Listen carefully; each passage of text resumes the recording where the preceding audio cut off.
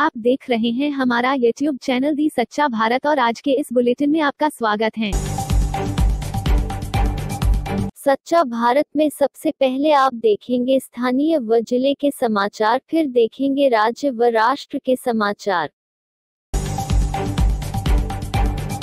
जिला कलेक्टर असदीप द्वारा जिले में शुक्रवार को कोरोना के 32 नए मरीज सामने आए।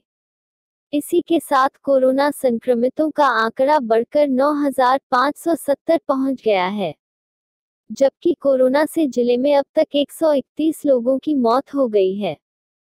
शुक्रवार को जिले में 129 मरीज स्वस्थ होकर घर लौटे। सैंपलिंग के आंकड़ों में तेजी से गिरावट आई है। शुक्रवार को केवल 277 लोगों की सैंपलिंग हुई। अब तक जिले में 1,29,559 लोगों के सैंपल लिए जा चुके हैं। शुक्रवार को टीबी अस्पताल के 2 कर्मचारी पॉजिटिव आए, जबकि सोजत के पीएमओ कैंपस में 9 वर्षीय बालिका भी कोरोना की चपेट में आई है। पहले से पॉजिटिव 5 संक्रमितों की रिपीट सैंपल की रिपोर्ट फिर पॉजिटिव आई। शुक्रवार को मेडिकल कॉलेज के माइक्रोबायोलॉजी लैब से राहत पहुंचाने वाली खबर आई। गुरुवार देर रात 206 सैंपल की जांच हुई। इसमें एक भी मरीज की रिपोर्ट पॉजिटिव नहीं आई। इनमें 8 रिपीट सैंपल की रिपोर्ट नेगेटिव निकली। पाली जिला मुख्यालय पर आज जिला कांग्रेस कमेटी के तत्वाधान में कांग्रेस पदाधिकारियों ने पूर्व प्रधानमंत्री श्रीमती इंदिरा गांधी की पुण्यतिथि मनाई। इस अवसर पर जिला पदाधिकारियों और कांग्रेस जनों ने श्रीमती गांधी के छायाचित्र पर पुष्प अर्पित कर उनको याद किया, उनको नमन किया। इस मौके पर कांग्रेस कार्यकर्ताओं ने उनके द्वारा किए गए देशहित जनहित कार्यों की सराहना की और उनके आदर्शों पर चलने का आह्वान किया। इस मौके पर जिला भर से आए सैकड़ों कांग्रेस कार्यकर्ता एवं पदाधिकारी मौजूद थे। महिला सुरक्षा संगठन के जिला स्तरीय सम्मेलन का हुआ आयोजन। सम्मेलन में कार्यकारिणी का किया गठन। महिलाओं के साथ हो रहे अत्याचार के विरुद्ध आवाज उठाने में सहयोग करेगा संगठन। कार्यक्रम में पधारे मेहमानों का साफा और माला पहनाकर किया स्वागत। संगठन के कार्यकारिणी सदस्य को दिलाई शपथ।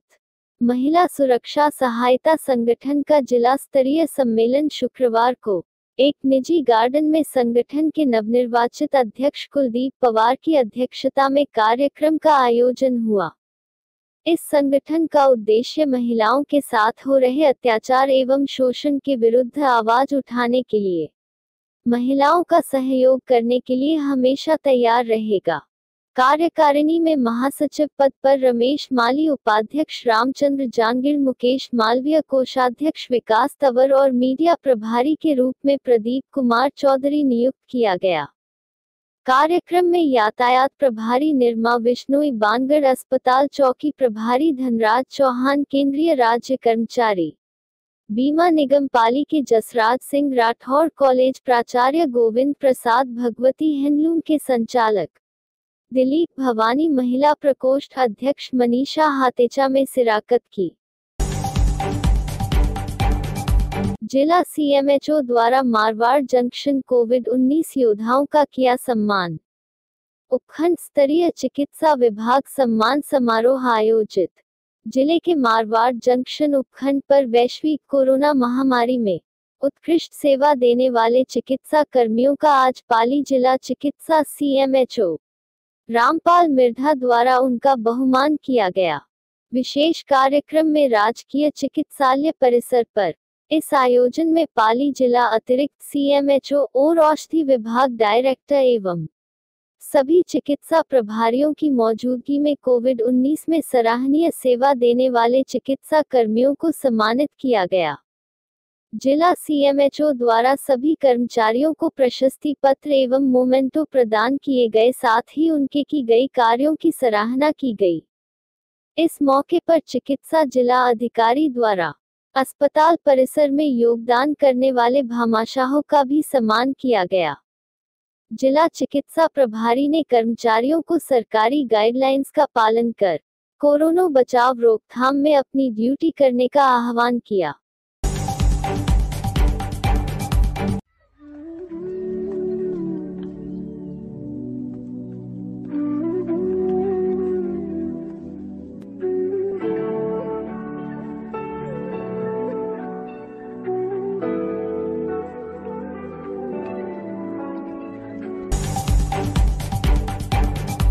बीकानेर, 2 ट्रकों में भिड़ंत के बाद लगी भीषण आग, ड्राइवर जिंदा जला। बीकानेर जिले के जामसर थाना क्षेत्र में शुक्रवार को राजमार्ग पर आमने सामने से आ रहे 2 ट्रकों में जोरदार भिड़ंत हो गई, जिसके बाद दोनों ही ट्रकों में आग लग गई। देखते ही देखते दोनों ट्रक धू धू कर पूरी तरह से जल गए। घटना में एक ड्राइवर ट्रक में ही फंस गया और जिंदा जल गया। वहीं दूसरे ट्रक का ड्राइवर कूदकर अपनी जान बचाने में सफल रहा। घटना के बाद राजमार्ग पर जाम लग गया और दूर तक वाहनों की लंबी कतार लग गई। घटना की जानकारी मिलने के बाद मौके पर पहुंची पुलिस ने कड़ी मशक्कत के बाद ट्रक में लगी आग पर काबू पाया। साथ ही वाहनों के जाम खुलवाकर यातायात को सुचारू करवाया। जामसर थाना अधिकारी गौरव चिड़िया ने बताया कि एक ट्रक में कोयला लदा था और दूसरा ट्रक पूरी तरह से खाली था। फेसबुक अकाउंट हैक कर रिश्तेदार बन मांगता था पैसे, ऐसे चढ़ा पुलिस के हत्थे। अलवर अरावली विहार थाना पुलिस ने फर्जी फेसबुक अकाउंट बनाकर लोगों के फेसबुक अकाउंट को हैक कर रुपए निकालने वाला एक शातिर किस्म के चोर को डीएसटी अरावली विहार थाना और एनआईए थाना ने गिरफ्तार किया है। गिरफ्तार आरोपी भरतपुर सीकरी के रायपुर सुकेत निवासी 37 साल का मुबीन पुत्र सुमेर खान है। अरावली विहार थाने के सहायक उपनिरीक्षक विजय कुमार ने बताया कि परिवादी ने थाने पर आकर रिपोर्ट दी कि मेरे रिश्तेदार के यहां palm court building Malviya Nagar में 16 अगस्त 2020 को आया था। आरोपी ने मेरी फेसबुक आईडी पर रिश्तेदार राकेश मीना की आईडी से मैसेज कर 10,000 रुपए निकाल लिए। परिवादी ने पुलिस को जिस खाते में ट्रांजैक्शन कर पैसे निकाले, उसका अकाउंट नंबर और जिस मोबाइल नंबर से वारदात को अंजाम दिया, उसका नंबर आदि भी उपलब्ध कराया। इस पर ऑनलाइन फ्रॉड का मामला दर्ज कर आरोपी की तलाश के लिए डीएसटी की टीम को लगाया, जिस पर मुखबिर की सूचना पर साइक्लोन सेल के माध्यम से कॉल डिटेल निकालकर आरोपी मुबीन पुत्र श्री सुमेर खान निवासी रायपुर सुकेत सीकरी को दस्तयाब किया है। सच्चा भारत में नियमित देखिए मध्याह्न में लंच ब्रेक न्यूज एवं रात्रि में डिनर ब्रेक न्यूज। 99 पर आउट हुए गेल ने गुस्से में फेंका था बल्ला, मैच रेफरी ने लगाया fine. Abu Dhabi Rajasthan Royals के खिलाफ मैच के बीच किंग्स 11 पंजाब के star hitter Chris Gayle 99 run बनाकर जोफ्रा आर्चर की गेंद पर आउट हो गए। शतक बनाने से चूकने के बाद आउट होते ही गेल ने गुस्से में अपना बल्ला फेंक दिया था। इस बात के लिए उन पर उनकी मैच फीस का 10% का जुर्माना लगा। उन्होंने ऐसा कर आईपीएल के कोड ऑफ कंडक्ट का उल्लंघन किया। क्रिस गेल ने 99 रनों की ताबड़तोड़ पारी खेली थी, जिसके बावजूद में पंजाब ने 7 विकेट से मैच गंवा दिया था। आखिरी ओवर में जोफ्रा आर्चर की गेंद पर आउट होते ही उन्होंने अपना बल्ला हवा में उछाल कर फेंक दिया। आईपीएल ने जारी किए बयान में कहा, गेल ने आईपीएल के कोड ऑफ कंडक्ट के लेवल 1 ऑफेंस 2.2 का उल्लंघन किया है और वे अपना गलती भी मनाती है। कोड ऑफ कंडक्ट के लेवल 1 ब्रीच के लिए मैच रेफरी ने फैसला ले लिया है। उद्धरण चिन्ह।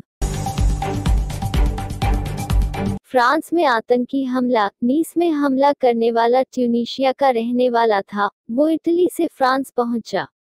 नीस शहर के एक चर्च में गुरुवार को 3 लोगों की हत्या करने वाला आतंकी मूल रूप से ट्यूनीशिया का नागरिक था। वो इटली से फ्रांस पहुंचा था। आरोपी की उम्र करीब 20 साल है। फ्रांस के एंटी टेरर डिपार्टमेंट ने यह जानकारी दी।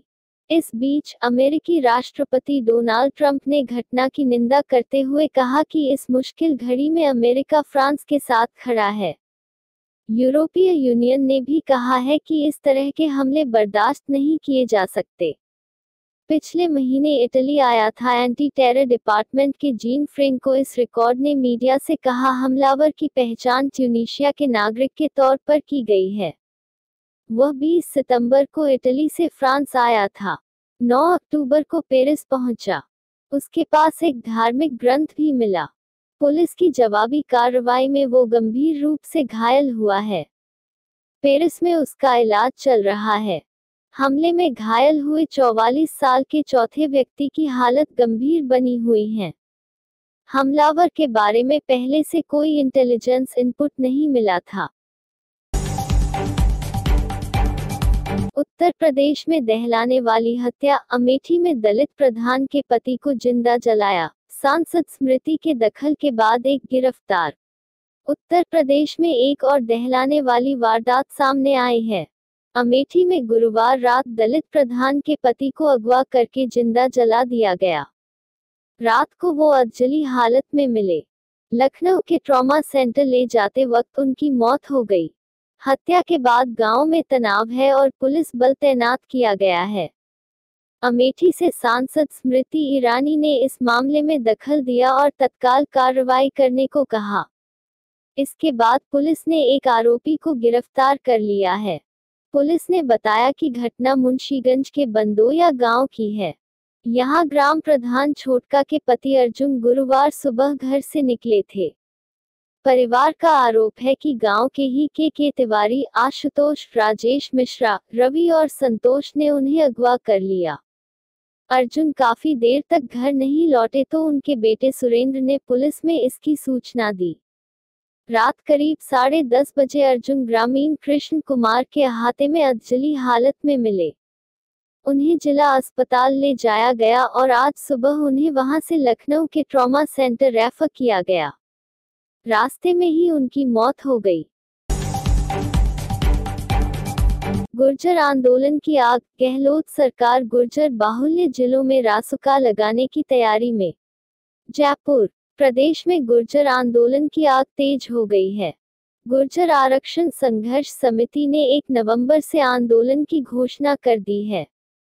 आंदोलन की चेतावनी के साथ प्रदेश की गहलोत सरकार पूरी तरीके से एक्शन मोड में आ गई है। सरकार ने जहां गुर्जर बाहुल्य जिलों इंटरनेट सेवाओं को बंद कर दिया है, वहीं अब सरकार इन जिलों में रासुका लगाने की तैयारी में है। जिला कलेक्टरों की सिफारिश पर गृह विभाग ने प्रस्ताव तैयार करके मुख्यमंत्री कार्यालय भेज दिया है। अब मुख्यमंत्री अशोक गहलोत की हरी झंडी मिलने के साथ ही संबंधित जिला कलेक्टरों को रासुका लगाने की पावर्स दे दी जाएगी। दरअसल गुर्जर आरक्षण संघर्ष समिति के आंदोलन की घोषणा के साथ ही प्रदेश की गहलोत सरकार ने सभी गुर्जर बाहुल्य जिलों में इंटरनेट सेवाएं बंद कर दी हैं। ब्यूरोक्रेसी के 25 से अधिक अधिकारियों को इन जिलों में तैनात कर दिया है। पुलिस टीम को भी अलर्ट मोड रहने को कहा है। इस बीच सरकार ने सख्त रुख अपनाते हुए प्रदेश में गुर्जर बाहुल्य क्षेत्रों में रासुका लगाने की तैयारी में भी है। भरतपुर जिला कलेक्टर सहित अन्य जिलों से आए रासुका के प्रस्ताव को गृह विभाग ने एग्जामिन करने के बाद मुख्यमंत्री कार्यालय भेज दिया है। मुख्यमंत्री अशोक गहलोत की हरी झंडी मिलने के साथ ही संबंधित जिलों के जिला कलेक्टर को रासुका लगाने की पावर दे दी जाएगी। ग्रीस और तुर्की में तेज भूकंप के झटके, 4 की मौत, 120 घायल। इस्तांबुल, तुर्की और ग्रीस में भूकंप के तेज झटके महसूस किए गए हैं। रिक्टर पैमाने पर मूनकप की तीव्रता 7 मापी गई है। यूएस जियोलॉजिकल सर्वे ने यह जानकारी दी। जानकारी के मुताबिक भूकंप से कई इमारतें ढह गई हैं। भूकंप से अब तक 4 लोगों की मौत हो गई है और 120 लोग घायल हुए हैं। एजियन सागर में शुक्रवार को आए शक्तिशाली भूकंप ने तुर्की और यूनान को हिलाकर रख दिया। तुर्की के गृह मंत्री ने कहा कि पश्चिमी इजमिर प्रांत में 6 इमारतें जमींदोज हो गई हैं। तुर्की के आपदा एवं आपात प्रबंधन विभाग ने कहा कि भूकंप का केंद्र एजियन सागर में 16.5 किलोमीटर नीचे था। भूकंप की तीव्रता 6.6 दर्ज की गई है। यूरोपीय मध्य सागर भूकंप विज्ञान केंद्र ने कहा कि शुरुआत में भूकंप की तीव्रता 6.9 थी और इसका केंद्र यूनान के उत्तर पूर्व में सामोस द्वीप में था। तुर्की की मीडिया में मध्य इजमिर में बहुमंजिला इमारत का मलबा दिखाया गया है।